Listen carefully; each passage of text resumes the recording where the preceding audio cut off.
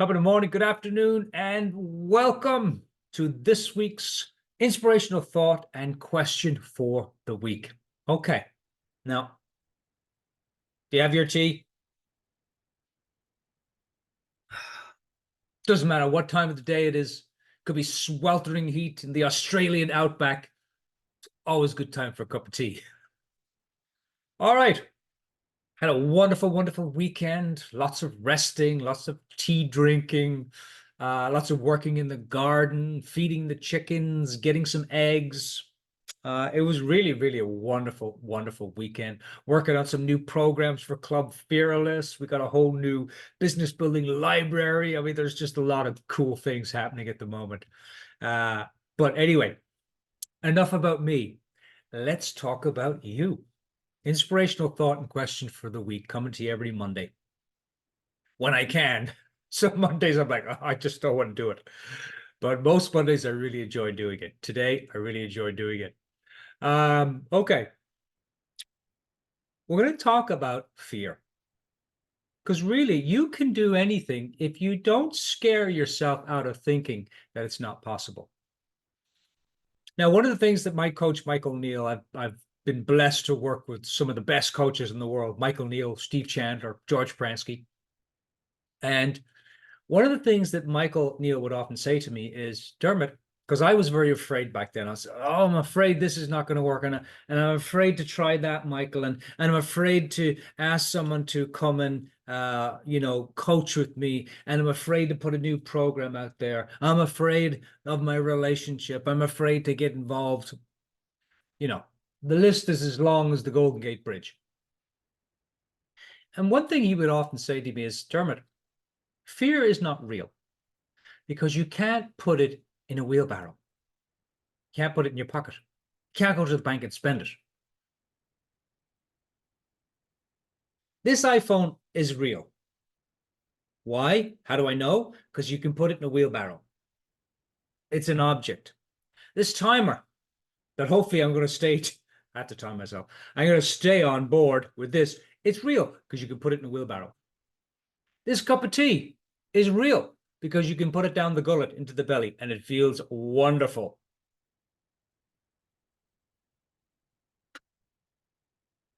But fear is not real because you can't put it in a wheelbarrow. Now, what is fear really? See, most people will tell you, they'll say things like, I'm scared of that. I'm afraid because of this, of that, of the other person, place, or thing. And what's fascinating is the because and the of, scared of, or because, they're made up. They're absolutely made up. See, the challenge that we have, folks, is that we're too quick to attach a scared feeling to a person, place, or thing. That person makes me afraid. I'm afraid of that thing, of doing that thing, of being that person, of trying that. And so we assign scary feelings to outside things. But the big joke is that fear is not real. Why? Because you can't put it in a wheelbarrow. And so we assign these scary feelings. How do we feel? Really simple. We start thinking, I'm afraid of that. We feel that thinking. That's one of the things you can do with thinking. And whatever feeling we have got going on, we assign a meaning. But what most of us do is we attach or assign a feeling, a scared feeling, to an outside person, place, or thing. Now think about that for a moment, because that's really, really important. When I saw this, I was at the dentist. Now, for many, many years, as a child growing up, we didn't have any money. My mom said poverty is not something to be afraid of, ashamed of, but it is an inconvenience. Let's just say we were inconvenienced a lot. The only place that we could ever find money was in a dictionary. And we had to borrow the dictionary because we didn't have money to buy a dictionary. Poverty. And I would have to go to the dentist. And back then in Laytown in Ireland, in a very small village where we lived just outside of Dublin on the coast, we'd have to go to we called it the butcher, the dentist. And they weren't a very pleasant person. And they didn't do any fillings or anything like that. They just pulled teeth. That's why I had so many problems with my teeth growing up. That's why I have so many crowns and different things on my teeth now. And through those experiences, I developed the habit of scaring myself with those experiences, with thoughts of those experiences. A thought came in, I started thinking about the experience, I started feeling my thinking. That's how fear works. False emotion appearing real, fear. And whatever you're thinking and feeling, you're going to make meaning about. You're going to attach it. And usually we attach it to an outside thing. And one day I was sitting in the doctor's office about 10 years ago. And I was sitting there and I was sweating bullets. I was like, oh my God, what's he going to do? And I had this whole mental scary picture that I had all these things I was scaring myself with. Oh, is he going to drop the drill? Oh, is he going to drill the wrong tooth? Oh, is he going to miss the needle and going to stick it in my nose? I mean, all these things. And then I had a moment of clarity. I had a moment of insight where I realized, Dermot, you're scaring the hell out of yourself right now. Nothing's going on. The doctor, the dentist is not even in the room. And you're scaring yourself with all these stories of if, and I'm scared of that. And because that happened in my childhood, I'm scared of this now. Now, outside of a clear and present actual danger situation, most of the times we're just scaring ourselves. That's not to belittle, childhood experiences or anything, but those experiences are not happening now. The only way to keep those experiences alive is through thought. And one of the things that you can do with thought is you can think. You get a thought coming in, and then you start thinking about that thought.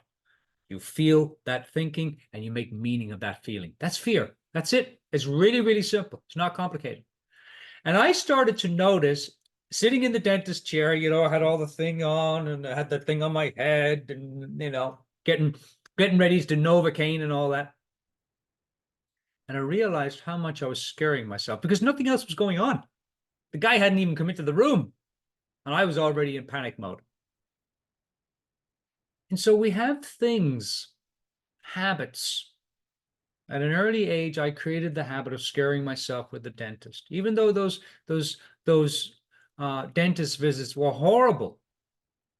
But they're not happening now. And the only way that we can keep a memory alive is through thought. Now, I often think, here's a question to ponder. Why is scaring ourselves, why is that not entertaining? Oh, wait a minute. It is entertaining. Just go to Hollywood, put on a movie.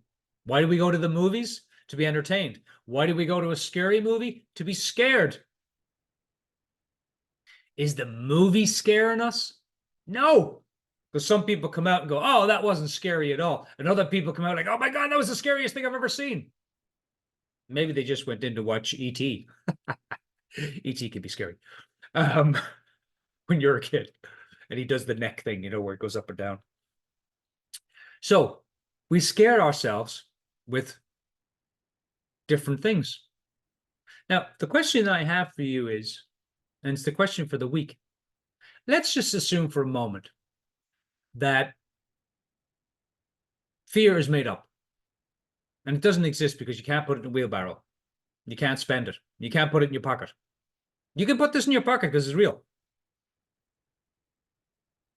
Let's just assume for a moment that that's true, that fear is something that's made up in your mind.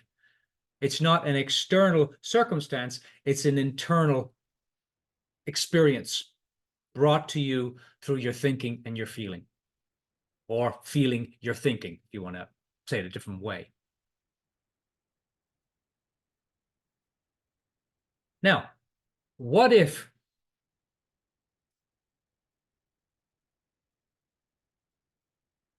feeling your think was the only thing that's going on, but there's no external fear?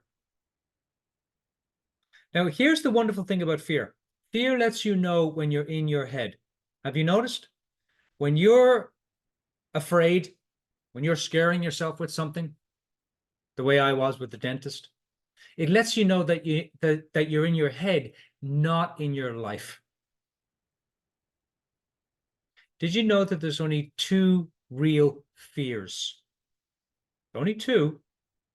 And they know that they're real because they're observable in children before they become cognitively mature. You know, before they actually start thinking. There's only two fears: loud noises and falling. They're the two fears that are observable in children. The rest of it is made up in our head. Now, your question for the week is this: what are your favorite things to scare yourself with? Is it the lack of time? Is it getting old? Is it the lack of money? Is it retiring with no money? Is it not enjoying your life now? What do you scare yourself with? See, what people call fear is actually just worry. Because worry is you start thinking about something and you're in your head about, oh my God, where is the next paycheck going to come from? I don't know. And you start feeling that and you start scaring yourself with those feelings.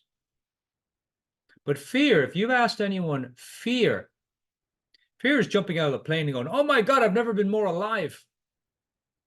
Fear, I've coached a lot of people over the years, and they tell me that fear is actually the feeling of being alive. Where you're so afraid to do something, you're completely alive, completely present. It's why a lot of people do bungee jumping and, mountain climbing and all that stuff, because they're afraid, but they've never felt more alive. What we call fear is actually worry, anxiety. So your question, what are your favorite things to scare yourself with? Write that question down. What's my favorite things to scare myself with? Lack of money, lack of time, lack of friends, lack of hair, running out of time, the world's coming to an end. What are the favorite things that you use to scare yourself with? Because anything is possible if you don't scare yourself into thinking it's not. Now take a moment and just ponder that. Really ponder that for a moment. Anything is possible if you don't scare yourself into thinking that it's not.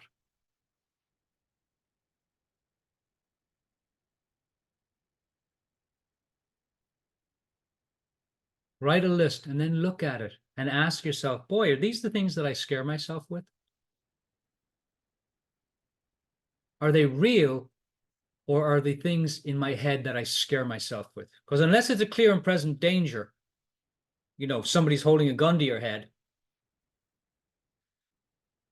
you're using something to scare yourself with. And anything is possible when you see that you're only scaring yourself into thinking that it's not. Limiting beliefs, my coach would often tell me, are self-imposed, Dermot. Any limiting beliefs that you have, Dermot, they're self-imposed, because you live in a universe of limitless. You live in a universe of thought, and thought is limitless. You live in a universe of creativity, and creativity is limitless. There's no limitation on creativity. Just look outside the door.